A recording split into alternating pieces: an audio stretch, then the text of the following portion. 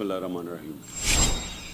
President of the General Assembly, Mr. Volkan Bozkir, Distinguished Secretary General, Excellencies, ladies and gentlemen. I would like to thank His Excellency President Aliyev of Azerbaijan, Chairman of the Non-Aligned Movement, for proposing this special session. The COVID-19 pandemic is the most serious global crisis since the Second World War. The virus has infected nearly 65 million people and killed, sadly, close to 1.5 million. And hopefully, whenever the vaccine is available, it must be offered to everyone. The pandemic has caused immense human suffering and the deepest global economic contraction since the Great Depression of 1930s. The poorest countries and the poor in all the countries are suffering the most. Nearly 100 million people in developing countries will fall back into extreme poverty. Rich countries have injected $13 trillion as fiscal stimulus to revive their economies. On the other hand, developing countries just do not have the resources to afford such a massive economic stimulus. They are struggling to find even a fraction of the 2 to 3 trillion they require to recover from the pandemic. In Pakistan, we had a successful policy of smart lockdowns. Our efforts were aimed at ensuring that not only do we save people from the virus, but also prevent them from dying from hunger. We provided a relief package of around $8 billion, which was almost 3% of our GDP, to support the poor and to keep the economy afloat at the same time. And as I said, so far our strategy has worked. But now we are confronted with a far more aggressive second wave of the virus. We are facing now the challenge of maintaining and reviving our economic growth, as well as dealing with increasing number of cases which are occupying our hospital beds. The IMF Managing Director had advised countries to spend as much as it is required to stimulate growth. But like many developing countries, Pakistan is committed under our IMF program to reduce the budget deficit. And I'm sure other developing countries in our position are facing a similar dilemma. How do you stimulate the economy and yet at the same time reduce your budget deficit? The only way we can have the fiscal space to maintain and revive growth is through access to additional liquidity. Last April, I called for a global initiative on debt relief.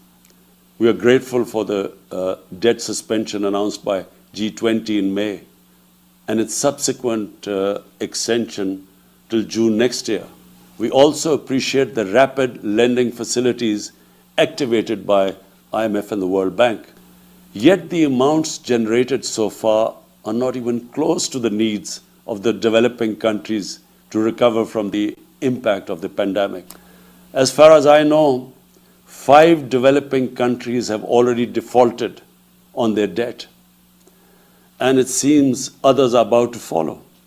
Several nations faced with large debt repayments and at the same time lost revenues are on the brink of economic collapse. There are disturbing reports from the World Food Programme of possible famines in some parts of the world. The financing for development discussions initiated by Secretary General and the Prime Minister of Canada and Jamaica have identified hundreds of options to financially support the developing countries. We hope that this process culminates in some concrete action soon. There is a need to reform the international financial architecture, build an inclusive and equitable debt management mechanism, construct a democratic, SDG-focused trading system, and install a fair international tax regime. If economic collapse is to be averted in a number of developing countries due to the COVID-19, the international community must identify and implement some key priority actions. I would like to propose a 10-point agenda for urgent action. 1. Debt suspension till the end of the pandemic for low-income and most stressed countries. 2. Cancellation of debt of least developed countries. 3. Restructuring of the public sector debt of other developing countries under an agreed inclusive multilateral framework. 4. A general allocation of special drawing rights of $500 billion. 5. Expanded concessional financing to low-income countries through multilateral development banks. 6. Creation of a new liquidity and sustainability facility, which should provide short-term loans at low costs. 7. Fulfillment of the 0.7% official development assistance commitments. 8. Mobilizing the required 1.5 trillion annual investment in sustainable infrastructure. 9. Achievement of the agreed target of mobilizing $100 billion per year for climate action in developing countries. And 10.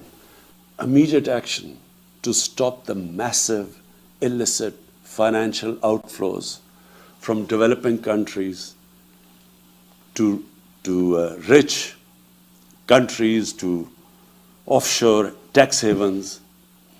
And at the same time, there should be an immediate return of their assets stolen by corrupt politicians and criminals back to these countries. This one action, I assure you, Mr. President, this one action would benefit the poor countries more than all other measures put together. Excellencies, everyone agrees that there has to be a collective response to recover from the COVID crisis and at the same time achieve sustainable development goals and implement targets set by the Paris Agreements.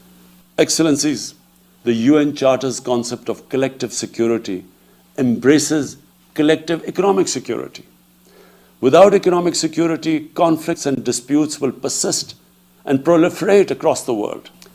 Guided by the principles of this Charter, we must all work collectively for an inclusive, stable, and sustainable economic, social, and political order. I thank you. Thanks for watching our video. Please share with your friends and fellows on social medias.